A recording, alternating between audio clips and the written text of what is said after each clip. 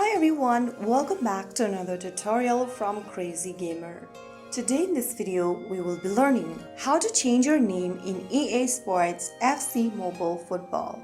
If you want a new team identity, correct a typo or mistakes in your old name, or update your name to reflect your style or nickname, then this tutorial has you covered.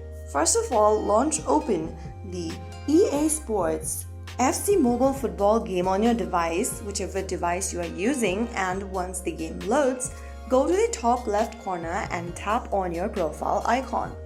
You will then be able to open up the team profile section where you'll see a small pencil button. Tap on that.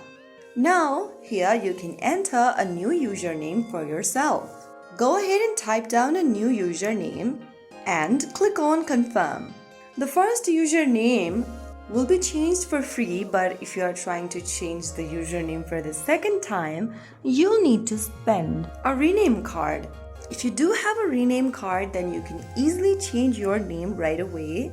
But if you don't, you'll need to wait for 24 hours for the next change.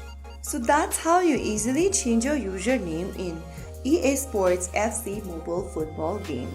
If you found the video helpful, don't forget to like, share and subscribe. I will see you again in the next video. Thanks for watching.